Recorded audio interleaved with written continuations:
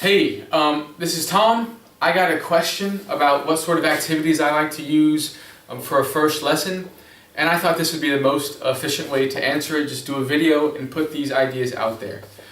So a first lesson, we have certain goals. We have certain goals in a first lesson. It could be with a group, it could be with an individual. I think these goals are consistent. We need to build a relationship with our students. We want to start off with a good relationship. Now, how we start depends on a lot of things. What the motivation of the student is coming in the door, what sort of relationship, what sort of other outside pressures there might be forcing the student to learn English, and how the student's feeling on that day. Those are things we can't control. We want to start building a relationship that gives us more direct control over how the student relates to English, how the student relates to us. So we want to start off building that relationship in a positive way. Then we want to check the level of knowledge and ability. And there's a difference between knowledge and ability here. If we look at the scale, this is how I look at the scale of developing a student's skills. We got 0, we start off by establishing understanding.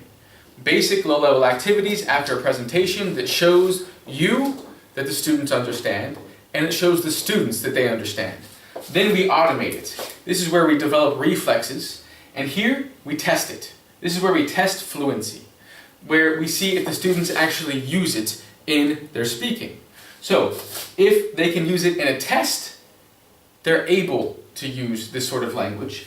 If they can use it in a basic fill-in-the-blank activity, make the questions activity, you're checking their level of knowledge, theoretical knowledge in this case. There's a difference, and you want to see where the students fall on that scale with what they are supposed to know at this level.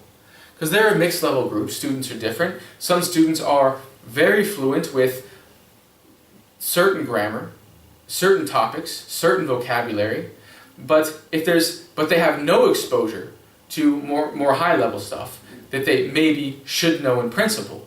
Then there are other students who are weaker with their fluency even on those lower level topics, but their theoretical knowledge is much higher. You want to see where students are and feel that out in the first lesson. Then finally, we want to establish the value of your lessons for the students. Now, that's the motivation that keeps the students coming back. They see a value. They can like you. You can build this sort of relationship, but really you need value. You need to show them progress, and they need to understand the purpose of why you're doing what you're doing, particularly if you're talking about teens and adults. If we're talking about kids, the purpose will be something like, I get a sticker, or my team wins the game, or it's fun. But there needs to be a purpose behind what you do. Now, that's how I look at first lessons in general, across the board. You have to establish these sorts of things. If we're talking about kids' lessons, there needs to be value in listening to you when it comes to discipline, when it comes to following instructions. So you have to do all of those. And the activities that I like to use to fit the bill, to essentially work all of that out, are right here. These are 1, 2, 3, 4 things that I like to focus on in a first lesson. First one is liar.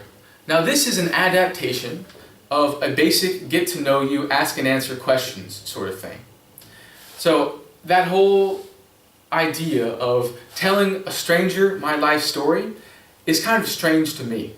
Now maybe certain cultures are more open than others, but I am not the type of person to meet someone, let's say I meet someone for the first time and I say, oh, tell me about your family and your personal life. And I'm not one to respond to that sort of thing.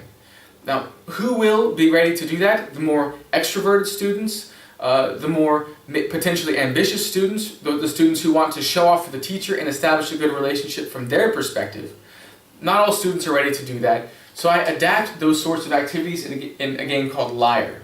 First, students make the questions. So you just give them however you want to do it. They can rearrange words, they can build questions based on prompts. This is where you're establishing understanding. Do they remember past simple? Do they remember present continuous? That's where you establish their understanding of the theory. Then they play a game for test. This is a P3 activity. It's a shorter test. So rather than just asking and answering the questions, One student asks and the other student chooses to lie or tell the truth. The first student asks follow-up questions and then guesses whether the partner is lying or telling the truth. If the student guesses correctly, that student gets a point. If the student tricks the other student, if the second student tricks the first student, that student gets a point. And you go through it for every single question. It's a more fun way and a less personal way of playing a get-to-know-you, of going through a get-to-know-you sort of role play. It's not a date, you know what I mean? Like, it's not like you're looking for long-term relationships or the students are necessarily open to that. And it works for all students, and that's why I like it, particularly for teens and up, tweens, teens and up, so 12 plus, 11 plus. Then I like to use fluency activities, particularly convince. Now, convince is an activity where the answer is always no, so one person makes a request, the other person has to say no and explain why the answer is no. Now I have a ton of convince activities, hundreds of different ways of doing it, and they're varied by level. I have them in card form too. I have them on my database. This activity gives a reason to speak. It gives a reason to speak for the students, and it's sort of an impersonal thing, and it gives you the opportunity to test them. And you can see their strengths, you can see their weaknesses.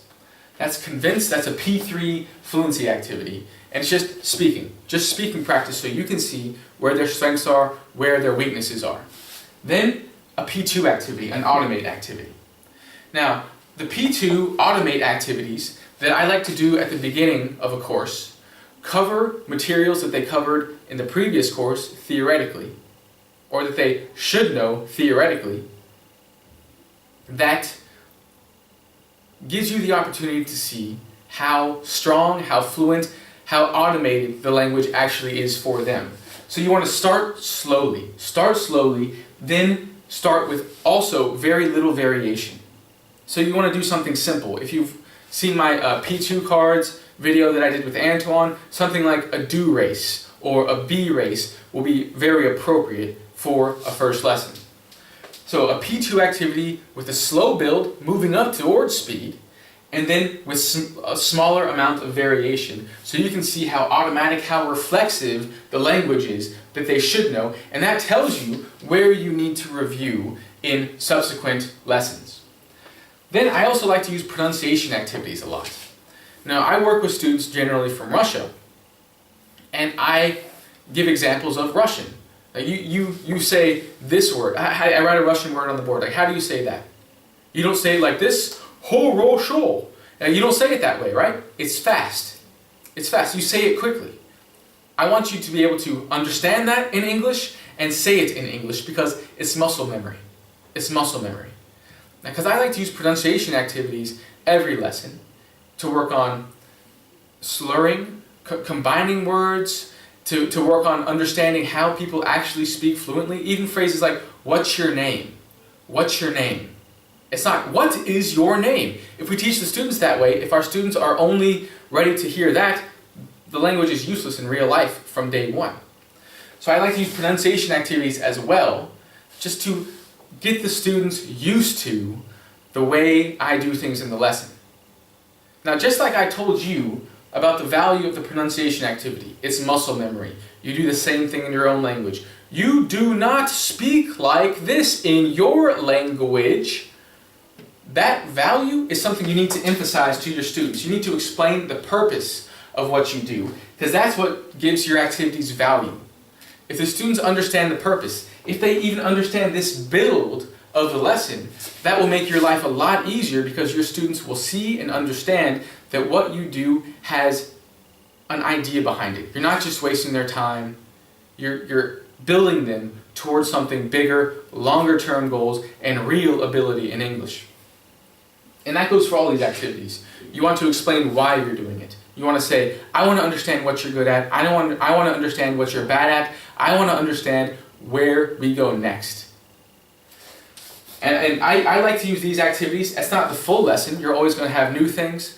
Some are going to be more appropriate or less appropriate depending on level. A beginner, you can do this, but you can't do liar, for example. You can't do a fluency activity starting from zero. You have to start the lesson.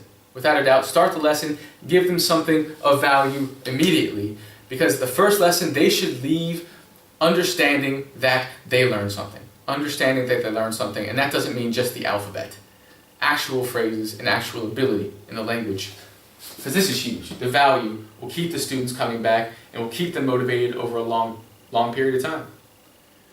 So that's how I look at first lessons. To achieve these goals, I like to use these activities, and it's consistent. These activities are easily adaptable.